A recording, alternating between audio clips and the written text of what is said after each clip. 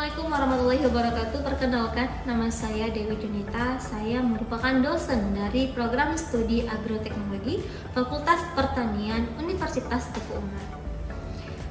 Adapun mata kuliah yang saya ampu diantaranya yaitu mata kuliah dasar-dasar ilmu bumi, teknologi produksi dan industri benih, ekologi tanaman, teknik pembiakan vegetatif, serta teknologi produksi tanaman hortikultura, yang mana mata kuliah tersebut sesuai dengan bidang keilmuan yang saya dalami, yaitu bidang agronomi. Pada semester ini, saya dipercayakan untuk mengampu mata kuliah teknologi produksi tanaman hortikultura, di mana mata kuliah ini merupakan mata kuliah wajib pada semester 4 pada kurikulum MBKM dengan bobot SKS sebanyak 3 SKS. Mata kuliah ini memberikan pemahaman kepada mahasiswa terkait dengan teknologi produksi tanaman hortikultura yang terdiri atas ruang lingkup tanaman hortikultura, ciri dan klasifikasi tanaman hortikultura, sistem budidaya tanaman hortikultura di Indonesia, intensifikasi pekarangan, serta tahapan budidaya tanaman hortikultura yang diawali dari persiapan lahan, kemudian pembibitan atau pembersemaian, kemudian pemeliharaan seperti pengairan, pemupukan, dan pengendalian organisme pengganggu tanaman hingga panen dan pasca panen. Adapun capaian pembelajaran dalam mata kuliah ini adalah yang pertama, mahasiswa mengetahui tahapan dari budidaya tanaman hortikultura. Yang kedua, mahasiswa mampu memanfaatkan teknologi dalam budidaya dan produksi tanaman hortikultura. Serta yang ketiga, mahasiswa mampu berpikir kritis dan inovatif dalam menyelesaikan permasalahan di bidang budidaya tanaman hortikultura. Untuk mencapai capaian pembelajaran tersebut, maka metode pembelajaran yang kami terapkan adalah metode belajar berbasis proyek, di mana proyek yang dikerjakan oleh mahasiswa sesuai dengan materi yang tertera dalam RPS. Pada kesempatan ini, saya akan menampilkan kegiatan perkuliahan atau pengajaran saya di salah satu pertemuan pada mata kuliah teknologi produksi tanaman hortikultura, yaitu tentang teknik pengairan tanaman hortikultura, di mana pada video tersebut saya akan menampilkan terkait dengan pendekatan DAA, yaitu Delivery, Interaction, dan Assessment. Delivery adalah kegiatan saya memberikan capaian pembelajaran kepada mahasiswa. Kemudian interaksi adalah metode atau model pembelajaran saya lakukan, yaitu model problem based learning, dan yang assessment adalah penilaian untuk mengukur apakah kegiatan pembelajaran sudah tercapai atau tidak melalui rubrik-rubrik yang telah saya susun. Berikut adalah video proses pengajaran saya. Assalamualaikum warahmatullahi wabarakatuh. Waalaikumsalam warahmatullahi wabarakatuh. Selamat sore semuanya. Sore, Bu. Apa kabar? Mudah-mudahan kita semua dalam keadaan sehat walafiat sehingga kita bersemangat ya untuk mengikuti perkuliahan pada hari ini. Sebelum kita mulai kuliah ya adik-adik semua, marilah sama-sama kita berdoa terlebih dahulu ya sesuai dengan keinginan masing-masing. Berdoa.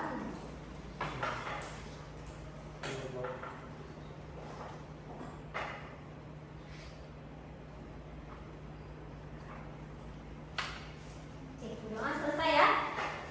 Sesuai dengan rencana pembelajaran kita yang mana sudah disampaikan di awal bahwasanya pertemuan kita hari ini mengenai teknik pengairan tanaman hortikultura. Ya. Adapun capaian yang diharapkan pada perkuliahan ini adalah di mana di sini diharapkan mampu memahami dan menjelaskan apa itu pengairan, serta kemudian mampu memahami dan menjelaskan tujuan pengairan, dan juga mampu memahami dan membedakan jenis-jenis pengairan tanaman hortikultura. Jadi harapan nanti ini adalah kemampuan akhir yang diharapkan ketika adik-adik semua telah menyelesaikan materi ini, ya. Nah, dengan pokok bahasan ini itu mengenai pengertian ilmu pengairan, tujuan pengairan, dan juga jenis pengairan pada tanaman hortikultura, ya. Di sini saya juga sudah tampilkan ada beberapa sumber referensi yang mungkin adik-adik bisa baca, ya, bisa dalami lebih dalam lagi terkait dengan sistem pengairan pada tanaman hortikultura itu sendiri. Baik, sebelum saya jelaskan lebih lanjut terkait dengan dari pengairan. Mungkin di sini ada yang mau menyampaikan? Ada yang tahu apa itu pengairan? Boleh? Boleh, ada yang tahu apa itu pengairan? Ya, karena memang kita melakukannya ya, melakukan di areal, di air partikel, di kebun, itu kita melakukan pengairan di tanaman kita. Nah, apa salah pengairan itu? Ada yang tahu? Boleh, silakan. Menurut saya Bu, pengairan itu pemberian air pada tanaman untuk meningkatkan kualitas maupun pertumbuhan dari tanaman tersebut. Oke, menurut Beli tadi pengairan adalah kegiatan untuk memberikan air ya pada tanaman dengan tujuan agar meningkatkan kualitas dan pertumbuhan tanaman. Oke, menurut Fadli gimana? Pengairan itu merupakan pemberian air agar tanaman dapat berfotosintesis dengan baik. Berfotosintesis dengan baik, lebih spesifik lagi tujuannya ya. Oke, benar ya. Jadi jawabannya seperti itu. Pengairan adalah kegiatan kita untuk memberikan, menyalurkan, mendistribusikan dan mengatur air agar dengan tujuan apa? Agar tanaman bisa memperoleh air dengan cukup untuk dia bisa hidup dan berkembang. Ya mungkin tadi tujuannya adalah seperti yang disampaikan Dwi dan juga Irfan ya. Nah di sini bisa dilihat ya ada pengertian. Di sini saya mau coba merangkum ada dua sumber referensi yang diambil. Menurut Undang-Undang Nomor 7 Tahun 2004 itu tentang sumber daya air mengatakan bahwa pengairan atau irigasi adalah penyediaan, pengaturan, dan pembuangan air dengan tujuan untuk pertanian. Nah, menurut Kata Saputra, irigasi merupakan kegiatan penyediaan dan pengaturan air untuk memenuhi kepentingan pertanian dengan memanfaatkan air, baik air yang berada di permukaan tanah. Jadi benar ya, tidak seperti itu. Yang penting air yang kita berikan itu bisa dipakai oleh tanaman untuk hidup ya, untuk tumbuh dan berkembang dengan baik. Kenapa kita harus melakukan pengairan? Kenapa harus melakukan pengairan? Karena tanaman membutuhkan air. Yang lagi materinya kenapa fungsi air bagi tanaman? Yang pertama apa?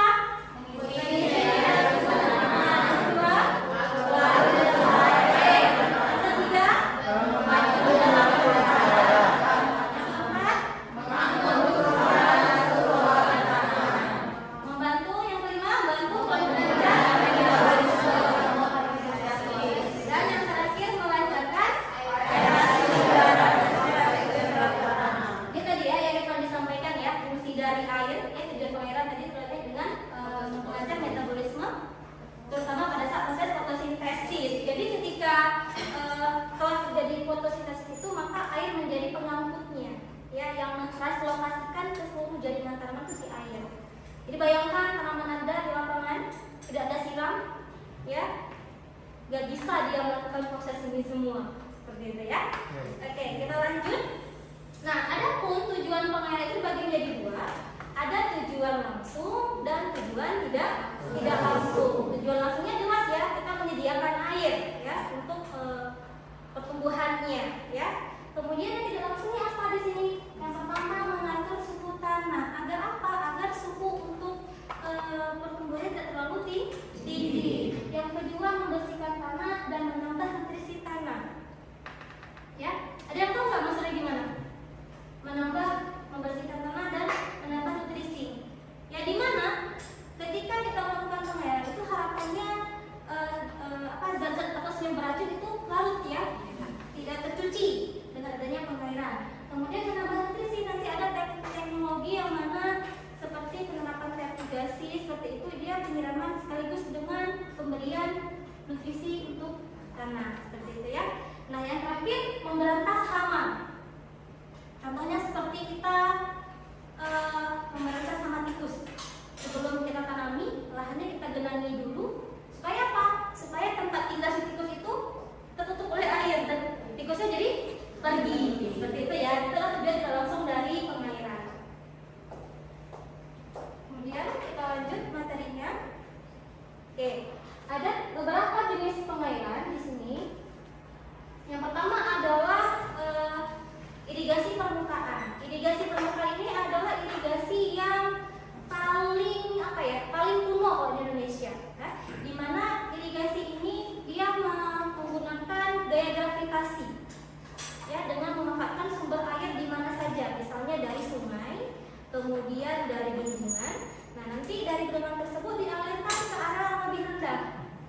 begitu ya. Nah, itu adalah sistem pengolahan air permukaan.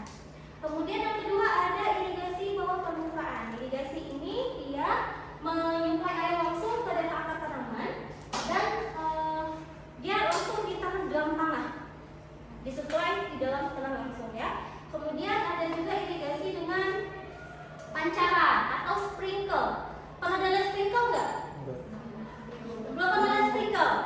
Di US mungkin ada? Belum pernah lihat ya? Nggak perhatian ya? Nah, kalau sprinkle ini dia mengambil persis curah hujan. Dia mengalirkan air dengan tekanan yang cukup tinggi sekitar 4 sampai dengan 6 atmosfer sehingga dapat membasahi area yang cukup luas. Nah, ini kelebihannya apa? Kelebihannya adalah menjadi lebih hemat waktu, ya, seperti itu. Dan yang selanjutnya adalah drip irigasi atau irigasi tetes. Pada prinsipnya irigasi tetes ini sama dengan irigasi yang curah tadi ya, dengan sprinkle. Tapi bedanya adalah kalau irigasi tetes ini dia tidak menggunakan tekanan yang begitu tinggi dan juga dengan sistem pemasangan langsung pipa tersiarnya itu dibuat melalui jalur pohon, dia langsung ke tanamannya masing-masing seperti itu. Kemudian juga ada irigasi pompa air dan juga ada irigasi ember atau timba. Nah, ini saya yakin nih yang paling sering dilakukan ya irigasi dengan ember atau timba. Kalau pompa air menggunakan pompa air ya. Teman-teman bisa lihat gambar di sampingnya ya. Ada yang tahu gambar irigasi apa kira-kira? Sprinkle.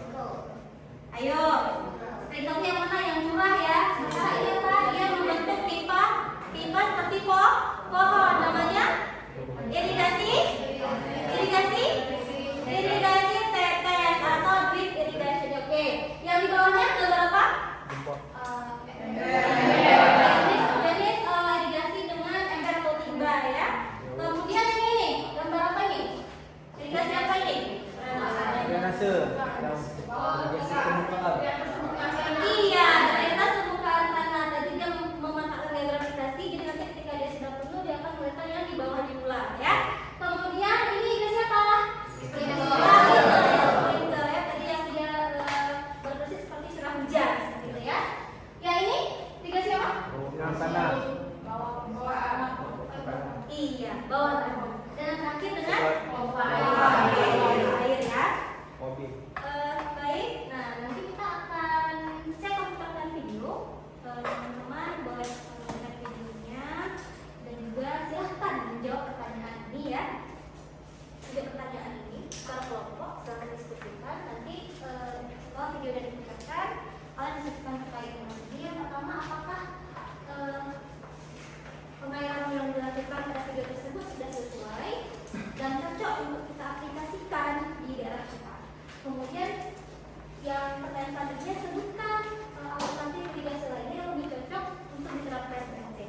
Nah, nanti videonya mungkin hanya 5 menit dan nanti saya akan memberikan waktu 5 menit untuk berdiskusi.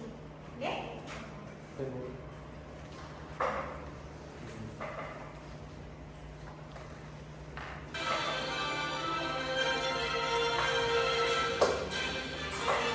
Kembali lagi sahabat Jember. Sebuah sistem irigasi kuali tanah diterapkan sejumlah mahasiswa perguruan tinggi di Kabupaten Jember untuk mengatasi krisis air di lahan pertanian yang dilanda kekeringan. Selain tekniknya mudah, penerapan sistem irigasi kuali tanah mampu menghemat biaya operasional petani di kala musim kemarau. Sekelompok mahasiswa Politeknik Negeri Jember mulai menerapkan sistem irigasi kuali tanah untuk mensiasati terjadinya krisis air di lahan pertanian yang mengalami kekeringan akibat musim kemarau. Untuk menerapkan sistem irigasi kuali cukup mudah karena hanya menanam kuali tanah di sekitar area lahan tanaman yang tanahnya mulai kering. Setelah tertanam, kuali kemudian diisi air hingga penuh, kemudian ditutup. Proses isi ulang air di dalam kuali tanah dilakukan dalam 1 minggu sekali. Penerapan sistem irigasi kuali tanah sangat cocok diterapkan di lahan pertanian semusim seperti tomat, semangka, dan lahan pertanian lainnya.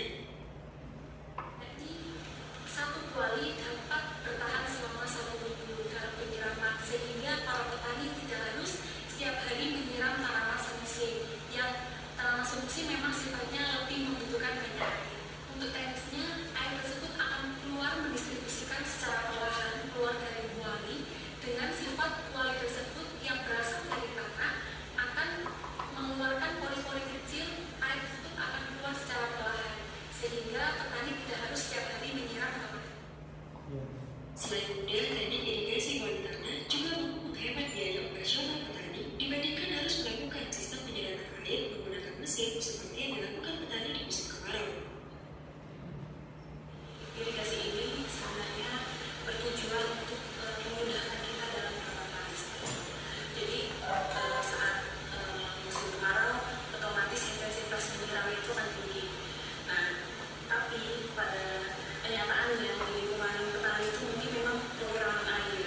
Kekurangan air otomatis dia kekurangan tenaga dan akan membuat budgeting itu lebih banyak. Jadi sistem irigasi ini berfungsi untuk memudahkan para petani melakukan penanaman itu sendiri, dan persentase pengurangan untuk biaya itu sekitar 60%. Jadi petani dapat menghemat biaya untuk penyiraman sebanyak 60%. Dan jika Anda bingung lahan pertanian tanaman semusim mengalami krisis air, sistem irigasi bawah tanah bisa menjadi solusi di saat musim kemarau saat ini. Dari Jember, Nono Baidianto mengabarkan untuk kajian ini.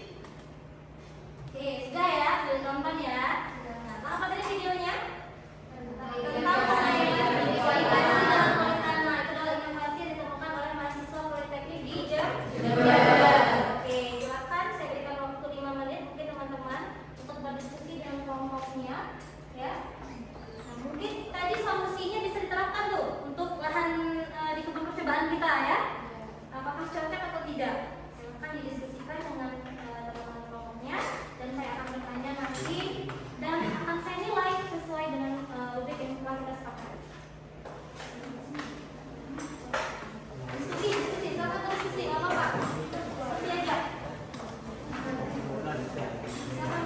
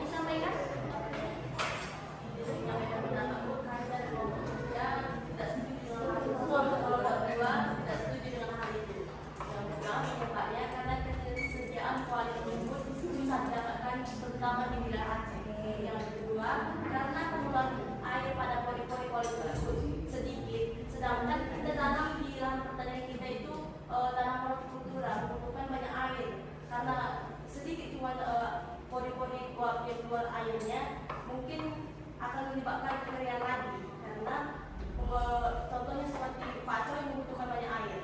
Lalu irigasi yang cocok untuk diterapkan adalah saling mengambil irigasi permukaan atas dengan membuat drainase di situ yang berbeda. Oke, nanti terapkan di kebunnya. Insya Allah ya, tinggal barang nanti bisa diterapkan seperti itu ya. Oke, kelompok 3 silakan. Silakan kelompok 3 sampaikan pendapat bagaimana tentang video. Ayo kelompok 3. Dari kelompok kami sendiri kan Bu, untuk penerapan metode irigasi kualitas tadi waktu pemilihan Aceh Barat dikarenakan di Aceh Barat ini rata-rata petaninya itu komunitas andalannya bukan tanaman musim. Tambah lagi kondisi tanah di Aceh Barat ini lebih dominan ke tanah gambut, otomatis kualitas tanah yang terbuat dari tanah liat itu apabila ditanam di dalam tanah gambut, kan tanah gambut itu memiliki kadar air yang lebih tinggi dari tanah pada umumnya. Otomatis si kuali akan hancur dipengaruhi oleh tanah Bu. Karena Karena terendam tanah tadi karena gambut ini banyak kandungan airnya seperti itu ya. Terus untuk jawaban yang alternatif irigasi yang Aceh Barat itu, dia itu menggunakan metode vertikal dengan bantuan metode sumur bor karena rata-rata di sini Memakai sumur bor. memakai sumur. Berarti ada 2 kelompok yang kurang setuju. Yang pertama tadi kelompok 2 mengatakan susah Bu, bahan bakunya tidak ada gitu ya. Sementara kelompok 3 kurang setuju karena komunitas unggulan teras bukan tanaman semusim ya. Betul? Yakin? Ada ya tanaman semusim. Dan yang mereka pendapat mereka tidak setuju karena mudah hancur dari kualitas itu sendiri. Ya. Untuk pertanyaan tadi itu jadi 3. Ya. Silakan diulang tugasnya, dikumpulkan minggu depan. Ya. Kerja silakan masing-masing, tetapi tugasnya dikumpulkan. Kerja boleh kelompok tapi tugasnya dikumpulkan masing-masing. Dan harapan saya, yang alternatif tadi itu adalah jawaban Anda untuk Anda terapkan di kebun ketika Anda tinggalkan mereka selama lebaran. Ya, mari coba pikirkan alternatif, apakah dengan membuat irigasi ya, apakah dengan membuat poli tanam tadi mungkin bisa diterapkan, ganti dengan bukan poli tanam yang buat gitu ya. Nah itu mohon jawaban Anda yang sifatnya bisa Anda aplikasikan